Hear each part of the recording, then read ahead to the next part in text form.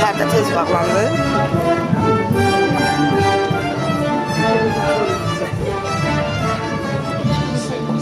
Birinci hissənin sonu. Birinci hissə qutardı şükür. Getdik ikinci hissəyə hazırlaşmağa.